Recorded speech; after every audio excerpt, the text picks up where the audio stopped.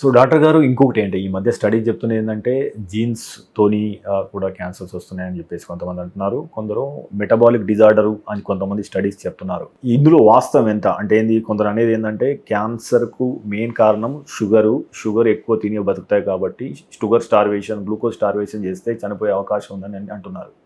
ఇందులో వాస్తవం ఎంత, అసలు ఏది వాస్తవం ఏది? తప్పకుండా ఒకటండి, ఫస్ట్ ప్రశ్న మీరు అడిగిన దానికి క్యాన్సర్ జెనెటిక్ ప్రాబ్లం వల్ల వస్తుంది. నిజం చెప్పాలంటే క్యాన్సర్ జెనెటిక్ డిసీజే. ఓకే, ఇప్పుడు కణాల విభజన కంట్రోల్ లేకుండా జరుగుతుంది అంటే జీన్స్ లోనే మార్పు రావాలి కదా. కంట్రోల్ జీన్స్ పనిచేయట్లేదు, మల్టిప్లికేషన్ జీన్స్ ఎక్కువగా పనిచేస్తున్నాయి, రైట్? సో అంటే జెనెటిక్ డిసీజ్కి హెరిడిటరీ డిసీజ్కి తేడా ఉంది.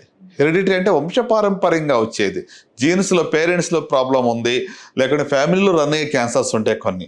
సో అది హెరిడిటరీ క్యాన్సర్స్ అంటారు. సో కనుక జీన్స్లో తేడా అనేది అక్కడ కూడా హెరిడిటరీలో కూడా ఒక జీన్ తేడా ఉంది. ఫర్ ఎగ్జాంపుల్ ఏంజెలినా జోలీ గురించి మనం మాట్లాడుకుందాం, right? She had a cancer of her aunt had a cancer of ovary, right? So వాళ్ళలో ఒక జీన్ బ్రాకా జీన్ అనేది పాజిటివ్ ఉండింది, ఈమెలో కూడా ఆ బ్రాకా జీన్ పాజిటివ్ ఉంది. సో ఆ యొక్క జీన్ తేడా అనేది ఫ్యామిలీలో రన్ అవుతుంది. సో దీన్ని హెరిడిటరీ క్యాన్సర్ అంటాం. సో ఈ యొక్క జెనెటిక్ ప్రీడిస్పోజిషన్ ఉన్న వాళ్ళకి ఈ యొక్క ఏదైతే బ్రాకా జీన్ ఉందో వాళ్ళ లైఫ్ టైంలో మరి రొమ్ము క్యాన్సర్ కానీ ఓవరీన్ క్యాన్సర్ కానీ వచ్చే రిస్క్ 80% వరకు ఉంది. సో అలాంటి వాళ్ళు షీ అండర్వెంట్ ప్రొఫిలాక్టిక్ సర్జరీ, ముందుగానే జాగ్రత్తగా రొమ్ము తీయించేసుకుంది, ఓవరీస్ తీపించేసుకుంటాను ఆ క్యాన్సర్ రాకుండా. సో ఇది ఏంటి, hereditary cancer. But hereditary cancer సంఖ్య ఎంత, 5 to 10% మాత్రమే.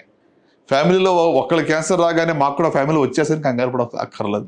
వాళ్ళలో ప్రత్యేకమైన ఇలాంటి జీన్స్, ప్రూవన్ జీన్స్ మ్యూటేషన్ ఉంటేనే, వాళ్ళలో ఉండి మీలో కూడా ఉంటేనే మాత్రమే వస్తుంది. Otherwise it is not something that runs in ఫ్యామిలీస్లో రన్ అయ్యేటువంటి రిస్క్ అనేది 5 నుంచి 10% మాత్రమే. So that's what is about the genetic part అనమాట. జీన్ టెస్టింగ్ ఎంతమందికి అవసరం సార్, అవసరమా? జీన్ టెస్టింగ్ అది ఫ్యామిలీ హిస్టరీ స్ట్రాంగ్ ఉండి యంగర్ ఏజ్ గ్రూప్లో క్యాన్సర్ వాళ్ళు ఫ్యామిలీలో ఉంటే, for example breast cancer less than 50 years లో ఉందనుకోండి, వాళ్ళు జెనెటిక్ టెస్టింగ్ చేయించుకోవాలి. సో ఇది is about the genetic part అండి. మీరు తీసుకునే అదే మందులు, అదే నాణ్యమైన మందులు, కానీ సగం ధరకే. అవును, మెడ్ ప్లస్ బ్రాండ్స్ పై 50 to 80% తగ్గింపు.